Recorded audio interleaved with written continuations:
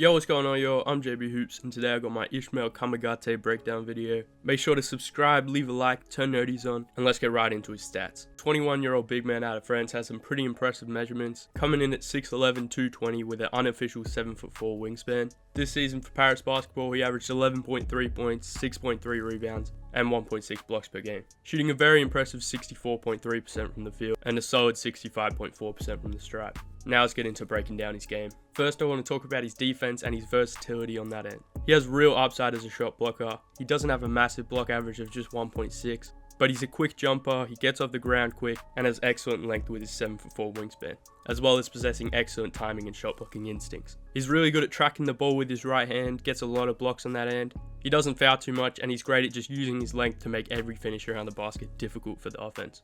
Another strength on defense for Kamagate is his pick and roll defense. His ability to defend the pick and roll in a variety of coverages will be very valuable in the NBA. He's great at containing guards and positioning himself to cut off both driving lanes and passing lanes.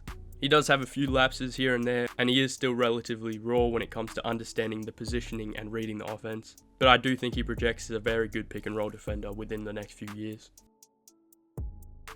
Ismaël Kamagate is also super advanced when it comes to defending the perimeter. He has super active hands defensively, he's excellent at being disruptive in passing lanes, and then when he's forced to switch onto guards, he moves very well laterally for someone his size, he flips his hips and slides extremely well, and I think he's probably one of the most mobile big men in the class in that sense.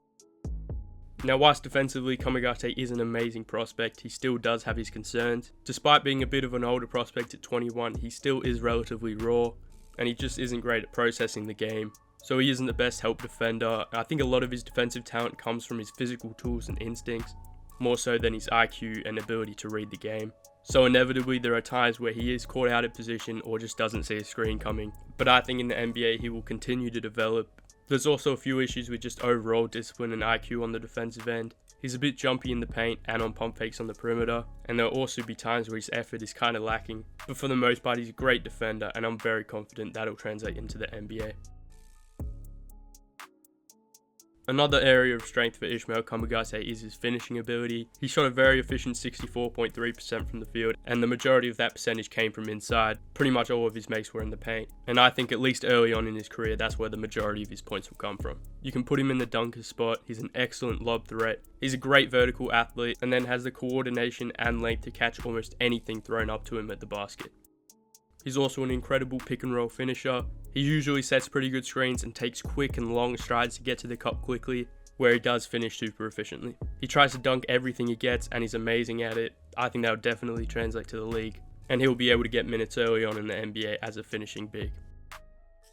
He's also very strong as an offensive rebounder, and despite having quite low rebounding totals, Kamagate is a very good contested rebounder. He can elevate in a crowd, he reads the ball off the rim really well, and just uses his size and athleticism to secure boards on the offensive glass. He averaged a very nice 2.4 offensive rebounds a game, and then with all them offensive boards, the putbacks with his length and second jump ability are almost a guarantee, and I definitely think he'll get a lot of points in the NBA off these opportunities. But what I think is probably his best offensive attribute is his rim running. He is an excellent rim runner. He's quicker than pretty much every big man in this class. He gets ahead of the defense often and provides an option in transition. He has good hands and good coordination to throw things down in transition, and he's probably the best rim runner in this class. The biggest concern I have with his finishing ability is his touch around the basket. Kamagate definitely lacks touch inside, especially with his left hand. Outside of dunks and open layups, he wasn't a very good finisher inside. He's not really good with contact as of now and can get pushed out of position pretty easily. And I noticed just way too often he was forced into hook shots and push shots. What is at least promising is his solid free throw percentage. It's not great, his form needs a little bit of work, but I think he'll be solid enough from there. But offensively he is still pretty raw, specifically when it comes to not dunking the ball. I think the most underrated part of Kamagate's game is his passing ability. He is a very good decision maker on offense overall. He had a few nice passes out of the short roll. He didn't get a whole lot of opportunity to actually showcase this ability, but in most of the reps he did get, he made the right reads with pretty good accuracy. I think he'll be a very good passing big man in the NBA, and I hope whatever team drafts him eventually gives him the opportunity to showcase this ability, because it will definitely be an asset to a team's offense.